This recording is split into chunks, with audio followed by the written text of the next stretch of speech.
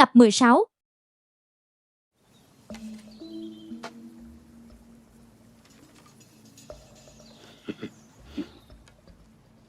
Bây giờ bác sĩ Bạch Quả đúng là một bác sĩ, lấy việc cứu người làm niềm vui.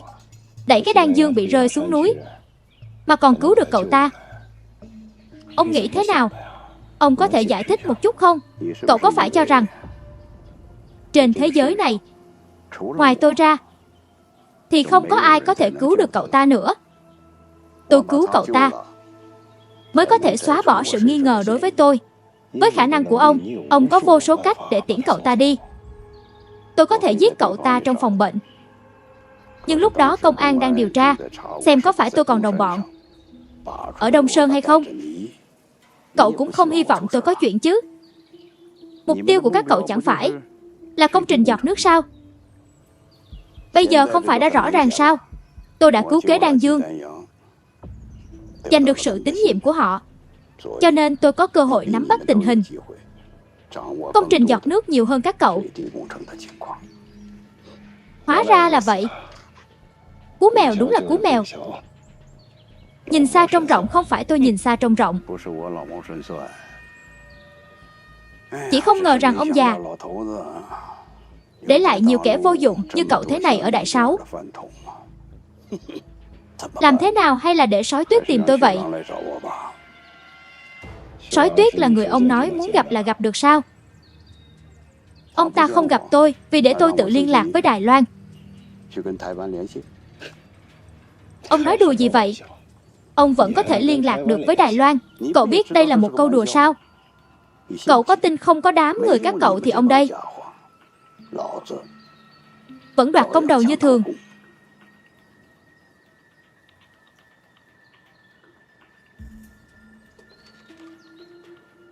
Tôi sẽ đem theo lời của ông.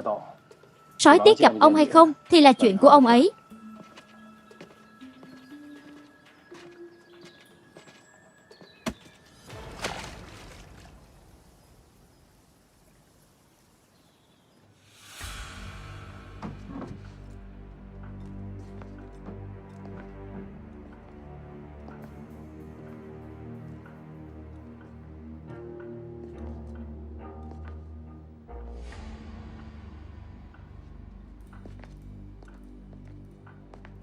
Chủ nhiệm,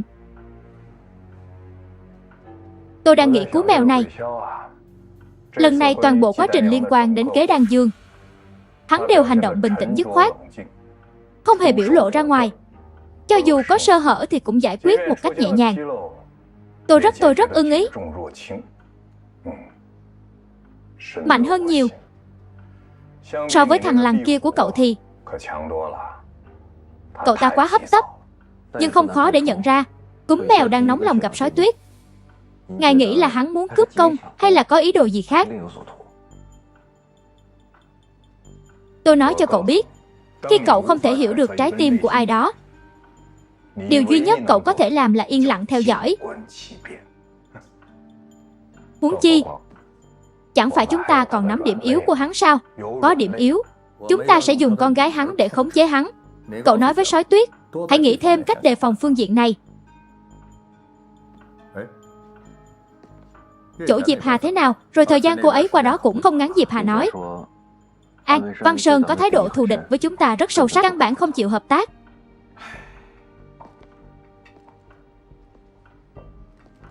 Những người đang tha phương ở nước ngoài đó sao lại điệu hướng về Đại Sáu nhỉ?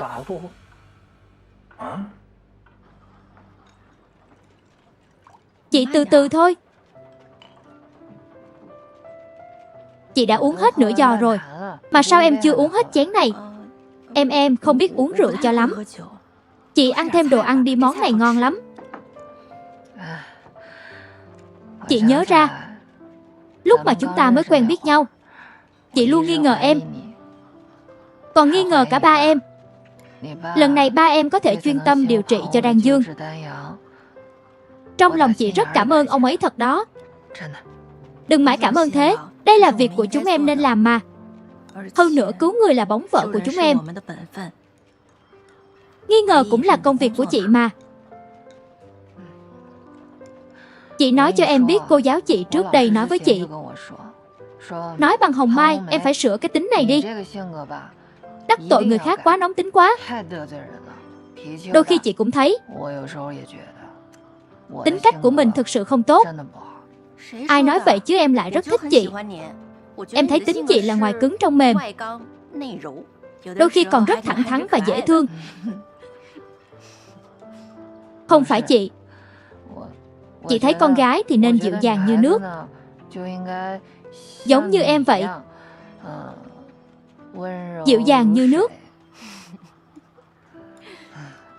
Cười cái gì?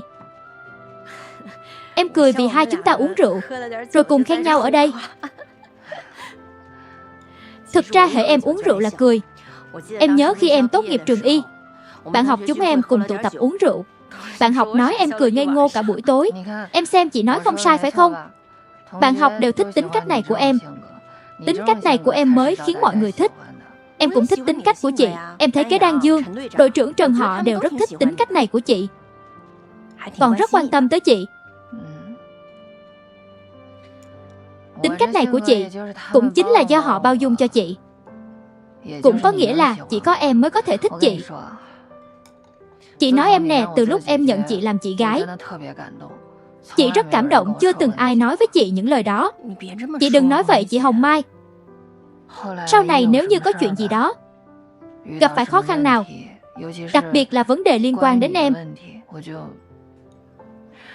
chị cứ luôn nghĩ rất nhiều, cũng có rất nhiều điều muốn nói với em. Không biết điều mà bản thân nghĩ đến có đúng hay không. Không biết có nên hỏi không.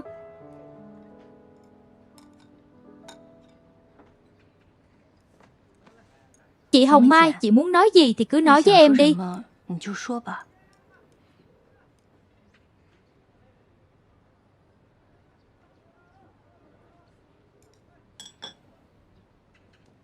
Bạch Thủy, vậy chị sẽ nói. Ngày Đan Dương gặp chuyện, bố em có ở Đông Sơn không sao có thể.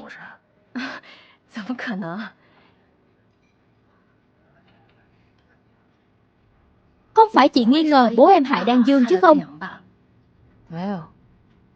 Ý chỉ là nếu ông ấy có ở đó thì tìm ông ấy hỏi manh mối.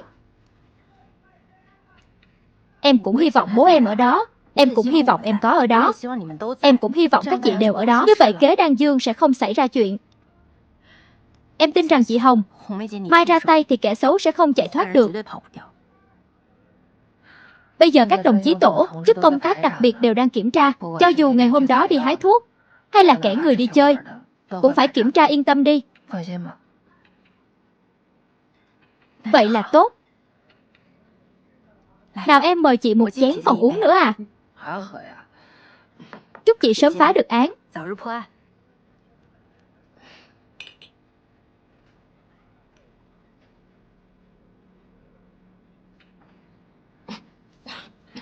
Uống từ từ thôi.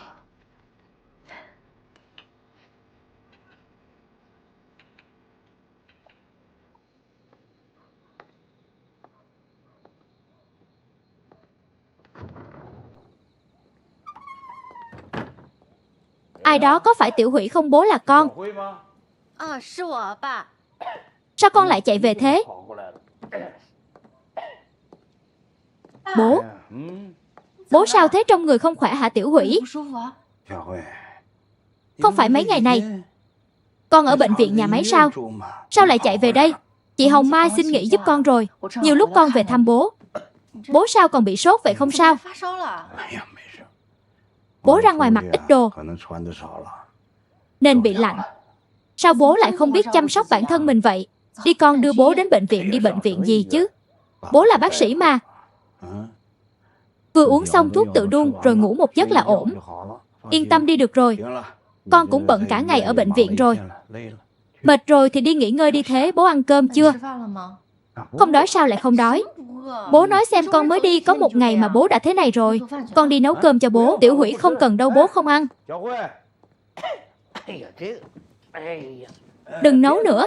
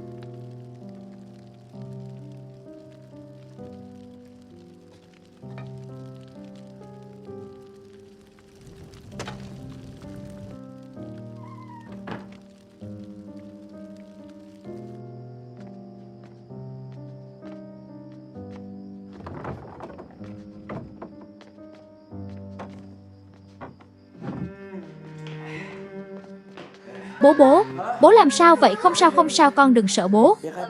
Con bị thương rồi, đừng sợ. Có bố ở đây, có bố ở đây. Được rồi, bố lừa con, không sao. Có bố ở đây rồi. Nói bố nghe, mấy ngày nay ăn uống thế nào, con tự nấu hả? Ngoan lắm, được rồi, không buồn.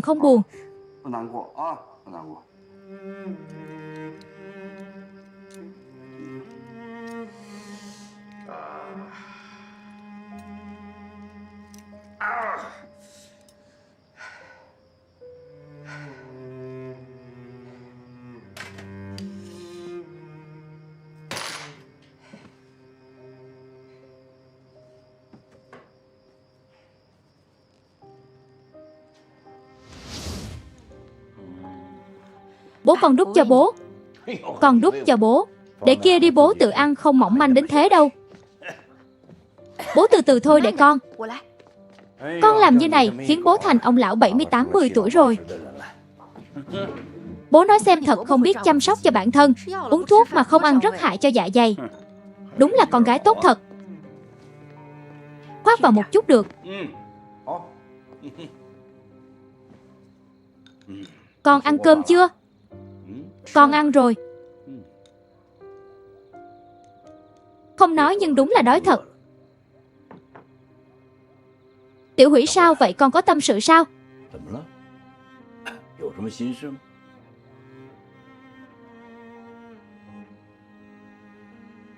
Bố, vết thương do đạn bắn ở chân của bố thật là do hồi đó quốc dân đảng gây ra sao?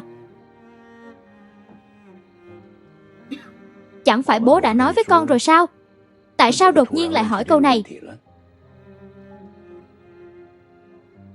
Vì gần đây con cứ nghĩ đến những việc trước kia, trong lòng thấy bất an. Tiểu Hủy, có gì mà bất an chứ? Ngày xưa loạn lạc, bây giờ là Trung Quốc mới rồi. Con sợ gì chứ? Được rồi.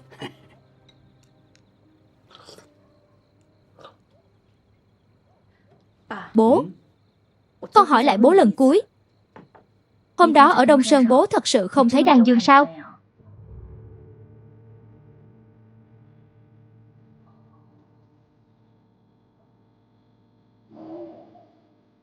Con vẫn nghi ngờ bố sao? Không phải con nghi ngờ bố là con. Con sợ bố gặp anh ấy. Bố gặp cậu ta thì sao nào? Nếu gặp anh ấy thì bố không giải thích rõ được. Công an sẽ điều tra bố. Điều tra gì bố chứ, Đông Sơn đó là tất cả mọi người. Bố không được đi lên núi sao? Bố lên núi thì điều tra bố à? Không ăn nữa. Nghỉ ngơi đi bố, đi nghỉ. Đây con cũng đi nghỉ đi bố.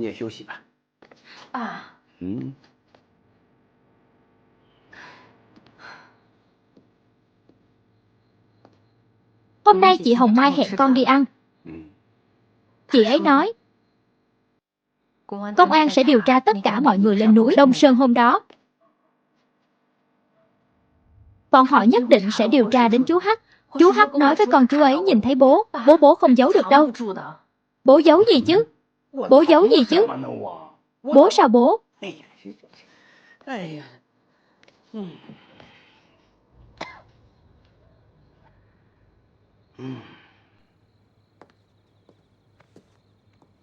Bố, dù có thế nào đi nữa, bố mãi mãi là bố của con. Con sẽ luôn chăm sóc bố, phụng dưỡng bố. Cho dù bố ở đâu, con cũng đều nấu cơm giặt quần áo cho bố. Con thừa nhận. Con sợ là bố. Con gái chỉ muốn nghe bố nói một câu không phải bố. Câu này khó nói vậy sao?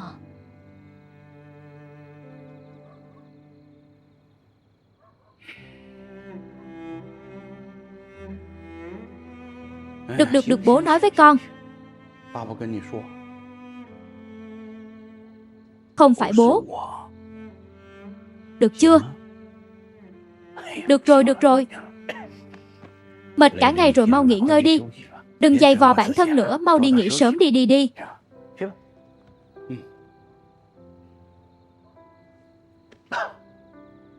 Bố ngủ ngon à?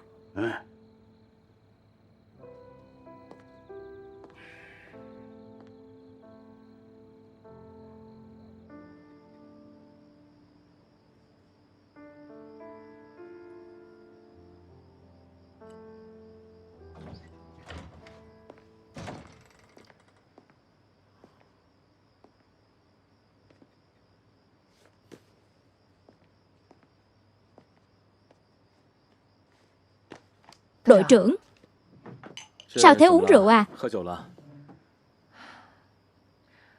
Tôi đã nghĩ đến Bạch Thủy, nói xem nghĩ đến đâu rồi. Hôm nay tôi uống một bữa rượu với cô ấy. Tôi cảm thấy việc ở Đông Sơn cô ấy còn điều chưa nói. Tôi nghĩ rất có khả năng là đang che giấu cho bố của cô ấy.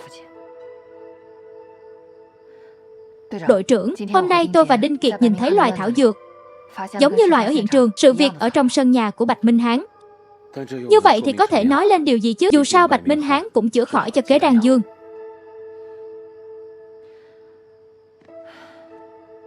Đúng vậy. Cho nên tôi mới không hiểu nếu thực sự là như vậy. Vậy mục đích của Bạch Minh Hán rốt cuộc là gì?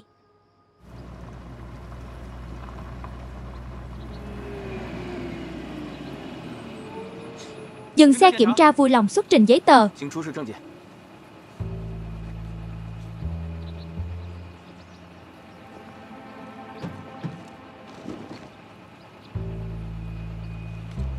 Được rồi, cảm ơn.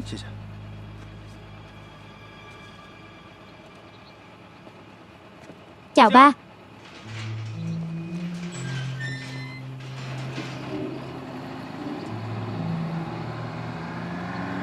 Từ từ thôi, đây là những máy móc chính xác. Anh là lãnh đạo à? Vất vả rồi, vất vả rồi. Anh đi làm việc của anh đi, chậm thôi. Anh lại hôm nay lại đến giao hàng à? Nhẹ tay chút. Đây là cái giá cho chuyên gia kế. Thầy ơi, cái gì mà nặng thế? Đều là máy móc chính xác, có thể không nặng sao? Cầm khẽ đặt nhẹ thôi được, vẫn được.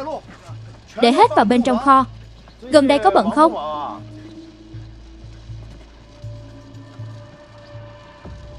Anh còn dám đến tìm tôi? Tôi thường xuyên đến giao hàng, tôi có gì mà không dám đến chứ? Buổi tối hôm đập nước tiết kiệm đổ bê tông, xe ngoài đơn vị không vào được. Anh phải nghĩ cách giúp tôi. Đây là quy định. Quy định có trưởng phòng lý ở đây rồi thì nói gì? Quy định chứ. Anh muốn chết thì đừng có kéo tôi theo. Giờ lúc này đừng nói những lời tức giận. Tình hình đầm nước tiết kiệm nhất định phải làm cho rõ. Sói Tiết nói rồi, ông ấy hiểu ý anh, ông ấy nói. Đây là nhiệm vụ cuối cùng của anh. Dựa vào đâu mà tôi phải tin anh? Vậy anh đi tìm Thiên Thiên mà nói. Sau này người ở Quảng Châu đến anh tự đi mà nói chuyện. Tiểu Trương, câu kiểm tra xe một chút, xem phanh xe nha.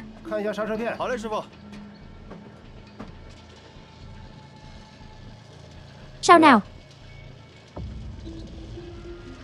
Chuẩn bị sẵn tiền và giấy tờ cho tôi.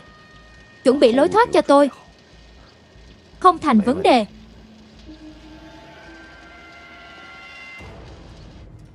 Đội trưởng, chúng tôi đã kiểm tra tất cả những người đã đến trong sơn hôm đó. Tất cả tìm được 5 người. Trong đó có một người hái thuốc, 2 người đốn củi và một đôi tình nhân. Người lên núi hái thuốc là ai? Ngộ nông phu tên là Miêu Tệ Lan. Đội trưởng bây giờ có thể xác định là hôm đó Bạch Minh Hán ở trên núi. Có một ông già đốn củi họ Hoắc. Ông ấy nói hôm đó thấy Bạch Minh Hán lên núi. Vẫn đúng như thế thực. Thời gian trùng khớp không trùng khớp. Khoảng 3 giờ chiều ở sừng Tê Giác trên núi Đông Sơn. Ông Hoắc vẫn chưa xác định. Đội trưởng, bác sĩ Bạch đến rồi, nếu có chuyện muốn giải thích.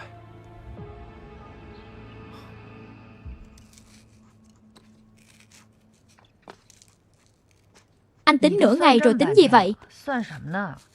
Tôi đang tính thiết bị ổn định khởi động. Tôi tính thế nào nó cũng không để vừa vào trong tàu ngầm của chúng ta. Nhưng Tập Văn luôn tin rằng nhất định có thể có cách giải quyết. Tôi thấy cô ấy sắp điên lên rồi liền giúp cô ấy tính. Lỡ là tôi sai cũng không nói chắc được. Anh còn có lúc nghi ngờ bản thân sao? Nhà khoa học chẳng phải là không ngừng nghiên cứu, thảo luận trong sự hoài nghi. Như thế mới có thể tìm được đáp án chính xác à? Điểm này hai chúng ta có cùng một tiếng nói chung. Chỉ điểm này thôi sao? Chỉ có điểm này. Sao anh lại làm việc thế? Đã nói với anh bao nhiêu lần rồi phải chú ý nghỉ ngơi. Sức khỏe vẫn chưa hồi phục biết chưa? Sắp tính xong rồi. Thấy chưa Bạch Khuyển, người ta cũng bắt anh nghỉ rồi. Vậy thì đến lúc anh phải nghỉ ngơi rồi chứ. Được rồi, bây giờ nghỉ. Rượu mời không uống để uống rượu phạt, còn phải để chị Hồng Mai ép anh. Anh không thể yêu sức khỏe của bản thân mình sao? Chị không quản lý anh ấy được. Chị Hồng Mai, tối qua chị vẫn ổn chứ uống nhiều phải không? Chị phát hiện tửu lượng này của em. Đợi đã. Uống nhiều hai cô. Tôi đang nằm viện đây này, hai cô dắt tôi đi uống. Còn uống rượu sao hả? Hai chúng tôi làm gì cũng phải báo cáo với anh trước à? Được rồi, đợi anh xuất viện tôi nấu cơm cho anh, rót rượu cho anh được chứ. Uống thuốc vậy còn tạm được.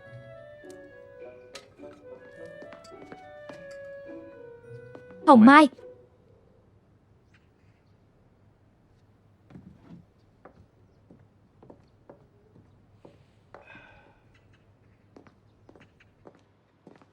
sao vậy Đồng Bân? Bác sĩ Bạch tới rồi, đội trưởng bảo cô mau quay về. Bạch Minh Hán, nếu nói như thế, khi Đan Dương gặp chuyện, chúng đang ở Đông Sơn. Đúng, tôi ở Đông Sơn, ở sườn Tây Giác, không sườn núi Lão Nghiêu, cách 2 đỉnh núi.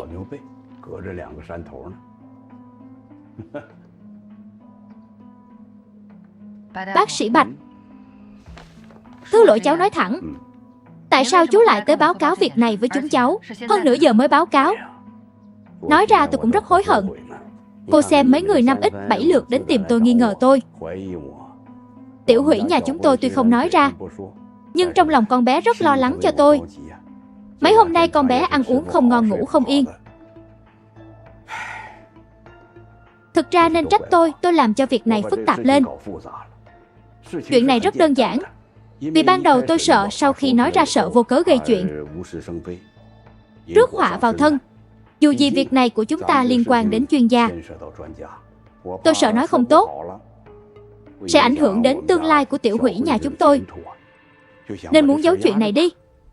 Đâu ngờ chuyện này ngày càng nghiêm trọng, khiến bản thân tôi còn rất lo lắng. Áp lực tâm lý rất lớn. Sau đó nghĩ lại đau dài không bằng đau ngắn. Vì thế nên tôi đến đây. Bác sĩ Bạch, hôm đó trên núi Đông Sơn, chú có thấy một người hái thuốc nào khác không? Người khác cái này tôi không để ý lắm. Cháu nhớ lúc trước chú từng nói với cháu, chú thường hái thuốc trên 10 giờ sáng. Sao lần này lại là buổi chiều? Công an bàn, thuốc tôi dùng, thời gian hái thuốc này thường đều vào buổi trưa. Hơn nữa không thể bỏ rễ. Nhưng lần này thuốc tôi hái không phải là hà thủ ô sao rễ. Hà thủ ô vào làm thuốc không sao cả. Thời gian nào cũng được, cậu xem đi. Cậu thu hoạch được khá tốt.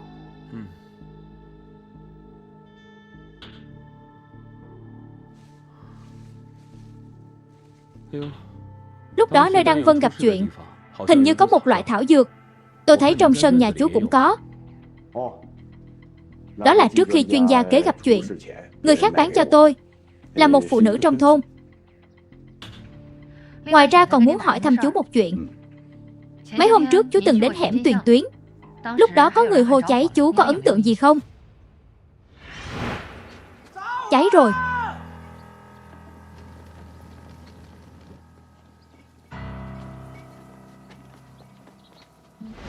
Có phải tôi nhớ rất rõ lúc đó tôi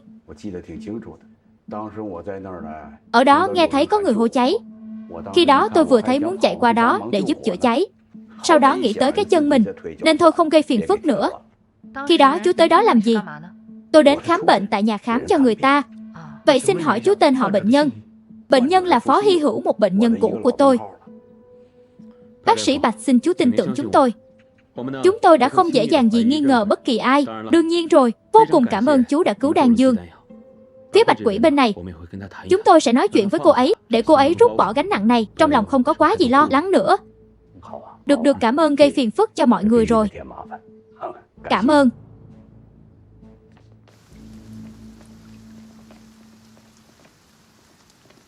Bác sĩ Bạch cầm bô đi không cần. Đi thong thả nhé bác sĩ Bạch. Chúng ta vừa điều tra đến Đông Sơn. Ông ấy đã đến tìm chúng ta. Cô không thấy rất kỳ lạ sao đội trưởng? Điều này khiến tôi nhớ ra, lần trước Trương A Thủy bị thương cũng là do ông ấy không giấu được nên mới đến báo án. Tôi nghi ngờ trong này có manh mối gì đó mà chúng ta còn chưa nắm được. Nhưng điều này sao giải thích được? Ông ấy giết người trước sau đó lại cứu người. Lẽ nào ông ấy không sợ Đan Dư tỉnh lại, nói thông tin gì bất ngờ cho ông ấy? Sao mối quan hệ logic này quả thực khiến người ta không giải thích rõ được. Tôi còn tưởng cô mời Bạch Thủy ăn cơm là tình cảm chị em thân thiết, hóa ra là để 10 cơ hội điều tra Bạch Minh Hán nhà người ta. Cô làm như thế cũng tổn thương tình cảm chị em các cô quá. Anh hiểu gì chứ? Càng vào lúc này, tôi mới càng hiểu được suy nghĩ của cô ấy. Chỉ có biết cô ấy nghĩ thế nào, tôi mới có thể biết làm thế nào mới có thể bảo vệ cô ấy, giúp cô ấy xóa bỏ sự nghi ngờ. Nhưng dù gì hai cô là chị em tốt mà, vì vậy tôi mới phải bảo vệ cô ấy. Bác sĩ Bạch có nhiều điểm nghi ngờ như thế, cũng không biết sẽ tạo thành ảnh hưởng lớn thế nào với Bạch Hủy.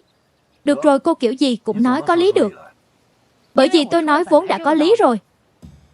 Cô đây là đánh tráo khái niệm, cãi vú lấp miệng em. Ai đánh tráo khái niệm, ai cãi ai vú lấp miệng em. Không phải anh nói với tôi sao?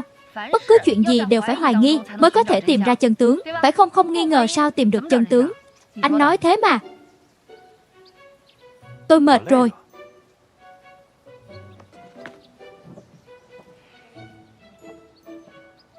Sau này sao anh nặng vậy? Buổi tối ăn nhiều quá à?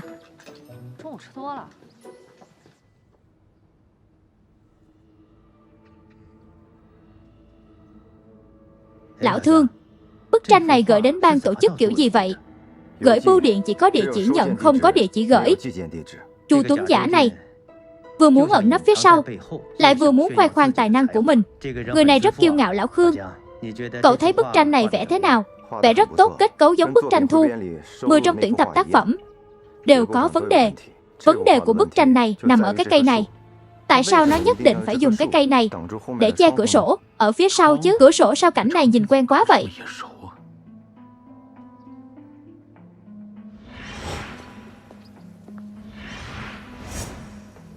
Tôi nhớ ra rồi, lúc đó khi chúng tôi chấp hành nhiệm vụ bắt đặc vụ, nơi họ nghe lén chính là ở trong tòa nhà này.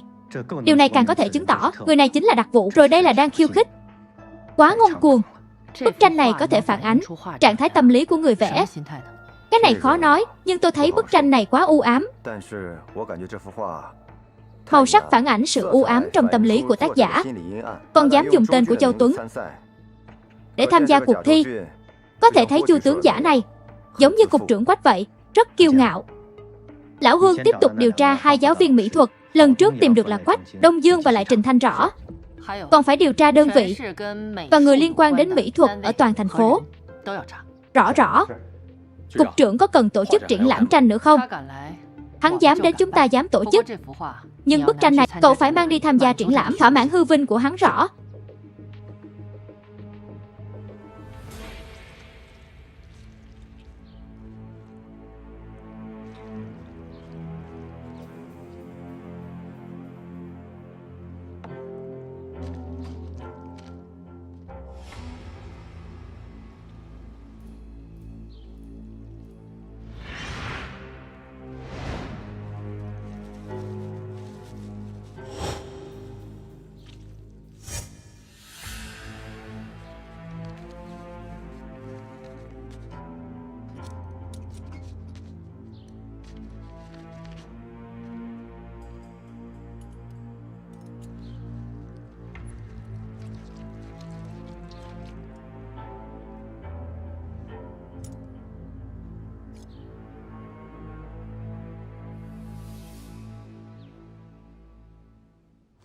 Đưa nó cho lão Thương được. Alo. Sao hả? Chuyên gia Hạ Tập Văn mất tích rồi.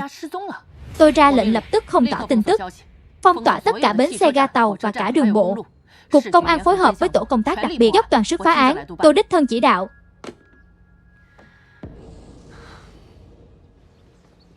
Tại sao chuyên gia Hạ ra khỏi nhà máy? Báo cáo cục trưởng. Chuyên gia Hạ đột nhiên nói có một vị chuyên gia sắp đến thành Đô Hộp, sẽ dừng vào chuyến xe ở ga Lô Môn khoảng 1 giờ, nên chuyên gia Hạ vội vàng đến ga tàu hỏa để gặp người đó. Đồng Thanh, cậu nói rõ hơn về vụ án đi. Rõ. Khi tổ công tác đặc biệt nhận được thông tin chuyên gia Hạ muốn ra khỏi nhà máy, ngay lập tức thông báo cho phòng bảo vệ nhà máy và tài xế Tiểu Hách cùng cô ấy đến ga tàu hỏa. Bởi vì thời gian cấp bách nên chúng tôi chọn đường tắt Trà Bình Sơn. Nhưng không ngờ giữa đường xe bị nổ lốp lúc sửa xe. Chuyên gia Hạ đứng ở đó ngắm cảnh, sau đó thì biến mất. Sau khi nhận được thông tin, chúng tôi lập tức tới hiện trường thì phát hiện những đồ này của chuyên gia Hạ để lại. Thông qua kiểm tra hiện trường có thể phán đoán chuyên gia Hạ là bị kéo đi. Còn về việc sao cô ấy lại không lên tiếng, rất có khả năng lúc đó cô ấy đã rơi vào trạng thái hôn mê. Qua dít giày có thể phán đoán nghi phạm là nam giới. Tại sao lại là người của phòng bảo vệ đi cùng? Các đồng chí tổ công tác đặc biệt của chúng tôi khi đó đều bận cho nên cục trưởng là tôi sắp xếp không thỏa đáng xin xử phạt. Nếu như việc Duyên Gia hạ ra khỏi nhà máy là ý tưởng nhất thời, vậy tại sao bọn bắt cóc lại biết không? Chỉ biết nơi cô ấy ra ngoài, còn biết con đường cô ấy sẽ đi lại, còn biết cả chuyện xe gặp sự cố. Hơn nữa lớp xe lại bị đâm đinh vào. Do đó chắc chắn sự việc đã được chuẩn bị trước. Càng khiến người ta không hiểu, đó là giữa rừng sâu hoang vắng như vậy, làm sao hắn ta có thể đến sớm hơn ô tô được? Thời gian từ lúc Chuyên gia hạ báo cáo đến khi xảy ra chuyện chỉ có 40 phút. Bọn chúng phản ứng cũng nhanh quá chứ. Vấn đề chắc chắn nằm ở trong nhà máy. Đã có kẻ tiết lộ hành tung của Chuyên gia hạ. Đã phong tỏa thông tin chưa đã phong tỏa rồi. Chỉ có điều Chuyên gia hạ là thành viên quan trọng của tổ chuyên gia, nên chúng ta cũng không thể nào phong tỏa lâu được. Việc này một khi lan truyền trong việc nghiên cứu năm, sẽ gây ảnh hưởng tới tinh thần của mọi người. Đặc biệt là những thời khắc quan trọng này, tôi ra lệnh bắt buộc trong vòng 24 giờ phải cứu được Chuyên gia hạ. Rõ.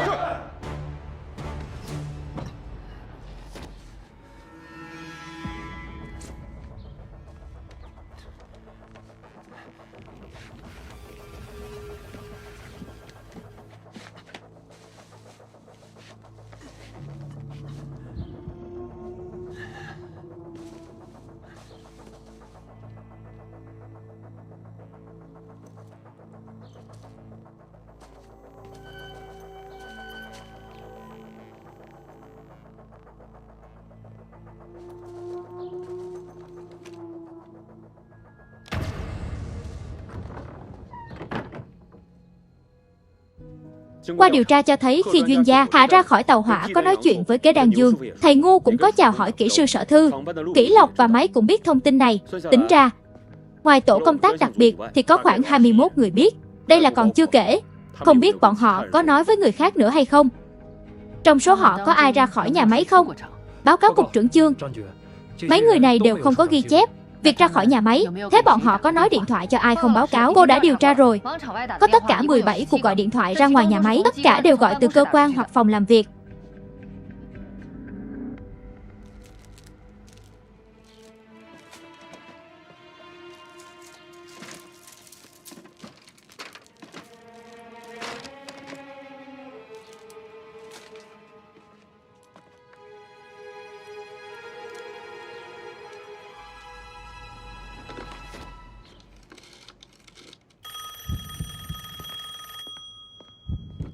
Alo tổ công tác đặc biệt, nghe tìm Trần Đông Thăng, nói có việc quan trọng đến Chu Gia Hạ.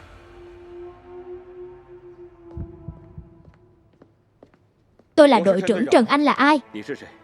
Tao là ai không quan trọng. Tao nói tao là Chu Tuấn, mày tin không? Anh là tên Chu Tấn giả sao, nói đi. Ngươi có phải là đang trong tay anh không? Nếu không tại sao tao lại gọi điện cho mày? Tôi muốn nghe giọng của Chuyên gia Hạ. Có phải chúng mày làm phẫu thuật xong, não bộ bị chiến xuống âm mưu rồi không? Tao có thể đưa người ra đường, rồi gọi điện thoại cho mày sao vậy? Anh phải chứng minh trong tay mình có quân cờ thì mới tìm tôi nói chuyện. Chúng mày đã không tìm thấy người rồi lại còn ở đây, đòi tao phải chứng minh. Được, tao nói cho mày biết. Phía dưới căn nhà cỏ ở phía đông nam nhà máy. Tự mình đi tìm đi, cẩn thận có bom. Em mau đi xem rõ Đinh Kiệt rõ.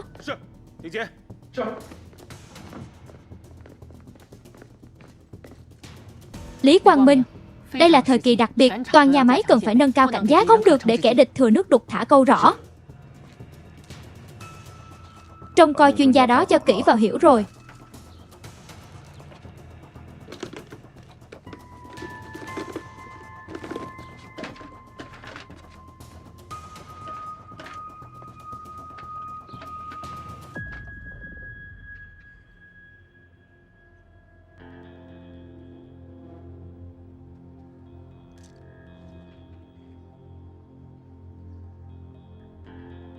Người biết thông tin Chuyên gia Hạ rời khỏi nhà máy và người lúc trước gọi điện thoại ra khỏi nhà máy, tôi đoán có lẽ là cùng một người. Tìm ra người đó cho tôi rõ. Thưa cô, đã điều tra được rồi. Điện thoại được gọi từ một cửa hàng ở Đông Tây Mã, là đường dây điện thoại bị đánh cắp. Chu Tấn giả này đã bắt cóc được Chuyên gia Hạ, lại vừa tham gia triển lãm tranh. Rốt cuộc có mục đích gì? Mục đích gì tạm thời vẫn chưa rõ. Phải xem Đông Thăng bọn họ mang về được thứ gì. Nhưng ít nhất cuộc điện thoại đó cũng có thể chứng minh một điều. Trước mắt chuyên gia Hạ vẫn tạm thời an toàn.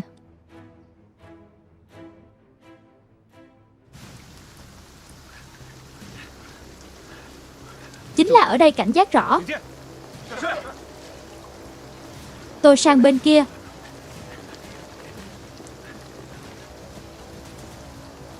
Kinh Kiệt.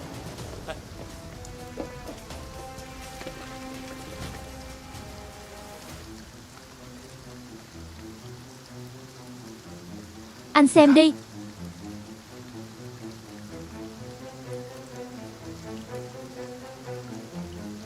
Kính gửi đội trưởng, Trần nếu muốn cứu chuyên gia Hạ bình an vô sự trở về, phải lập tức ngừng ngay việc xây dựng đầm nước, giao ra sổ ghi chép của kế Đan Dương, thời gian địa điểm thông báo sau. Làm sao kẻ địch biết công trình giọt nước đã tiến hành được đến mức nào chứ? Em cũng đang đoán. Phải chăng trong nhà máy chúng ta lại có nội gián? Về của điện thoại đó có đầu mối gì không? Châu Tuấn Giả gọi bằng đường dây điện thoại, ăn cắp ở một cửa hàng, gọi ở một con ngõ hẻo lánh nên không có ai trông thấy. Hơn nữa tên đặc vụ này rõ ràng có chuẩn bị trước. Chúng tôi không tìm thấy bất cứ chân tay nào ở hộp điện thoại. Xem ra, chúng ta chỉ có thể tìm manh mối từ bức ảnh này thôi rõ.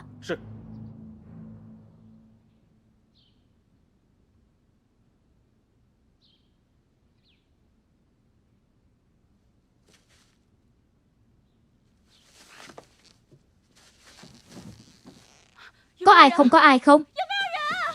Tại sao các người lại bắt tôi ra đây, ra đây? Cứu tôi với, có ai không? Thông qua ánh sáng chiếu vào từ cửa sổ, có thể phân tích được rằng đây không phải là một tầng hầm tối tăm. Hơn nữa chuyên gia Hạ cũng không bị bịt miệng, chứng tỏ bọn chúng không sợ cô ấy la hét. Điều này chứng tỏ gần đó không có người. Nên tôi đoán rất có khả năng đây là vùng ngoại ô, hoặc là vùng nông thôn. Đây là cái gì? Cái này tôi biết là đấu gạo. Dụng cụ dùng để đong gạo khi tôi còn nhỏ rất nghèo. Phải cùng bố tôi đi nộp tô cho địa chỉ. Đây đều là đấu to vào đấu nhỏ ra. Thường thì chỉ có kho lương thực, kho gạo. Nhà địa chỉ cũ mới có những công cụ này. Anh xem bên trái là chữ Cát Tường, như ý viết theo lối chữ triệt. Đây nhất định là cái đấu được dùng trong nhà địa chủ. Điều này có thể chứng minh nơi này không phải là trong thành phố, mà là kho gạo ở vùng nông thôn. Mọi người xem đi, phía sau đầu sư tử này có một thanh gỗ. Đây chắc chắn không phải là công cụ đâu. Tuy nhìn có vẻ cũ kỹ, nhưng lại rất khác biệt. Nó gọi là La Rơn Si, là đồng hồ trang trí từ một thương hiệu rất đắt đỏ ở nước ngoài, rất giải phóng. Khi đó tôi làm việc ở Vũ Hán, có được nhìn qua ở một biệt thự ngân hàng, gọi là đồng hồ sư tử. Với đồ vật hiếm như vậy, ở Lưu Môn chắc chắn không có nhiều đâu. Mọi người có để ý thấy cái bóng đèn này không? Hàng ra ngoài cửa sổ có các cành cây. Đội trưởng, cái kho gạo này, tôi biết cửa sổ này không to lắm, dùng để ngăn các loại chuột hay chim sẻ gì đó, chỉ để chống trộm cướp, chỉ cần thông gió là được. Đội trưởng, anh xem, chúng ta có thể thông qua góc độ ánh sáng và cái bóng này để đoán được thời điểm chụp hay không? Tài xế nói thời gian bọn họ phát hiện ra chuyên gia Hạ bị mất tích là khoảng 2:40 chiều. Vì vậy chúng ta có thể thu hẹp lại phạm vi thời gian, sau đó lại phán đoán khoảng cách giữa điểm này xảy ra sự việc đến căn nhà này. Hiện giờ chúng ta chỉ có thể xác định được góc độ của ánh sáng, diện tích căn phòng, kích cỡ của cửa sổ có sự khác nhau của độ chiếu sáng. Thông thường kích cỡ của cửa sổ kho gạo là bao nhiêu? Khoảng 40 cm. Tôi cho rằng vẫn phải điều tra các kho gạo ở khu vực đó thì mới có thể biết được. Cứ tính theo cách này trước đi. Ít nhất bây giờ chúng ta cũng có thể biết được 2:40 chiều. Đây là điểm thời gian bấu chốt. Từ đó đưa ra các phán đoán tiếp theo. Sau đó tìm ánh sáng của thời gian để so sánh. Phương pháp này khả thi. Chúng ta căn cứ vào kinh vĩ độ của luân môn, có thể đại khái tính ra khoảng thời gian chụp hình. Các đồng chí, thời gian còn lại của chúng ta không còn nhiều, lập tức hành động rõ.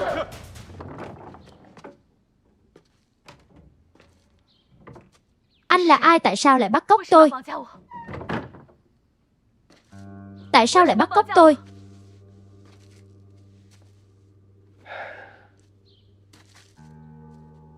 Cô là chuyên gia lại là người có học. Tôi không muốn cô khó chịu đâu. Bây giờ cô nói hết tất cả những số liệu nghiên cứu, tiến độ dự án, bao gồm cả đầm nước thí nghiệm cho tôi. Anh bắt cóc tôi là vì chuyện này. Đừng có mơ, chuyên gia Hạ, cô đừng quên. Tôi đã có thể bắt cô thì cũng có thể giết cô.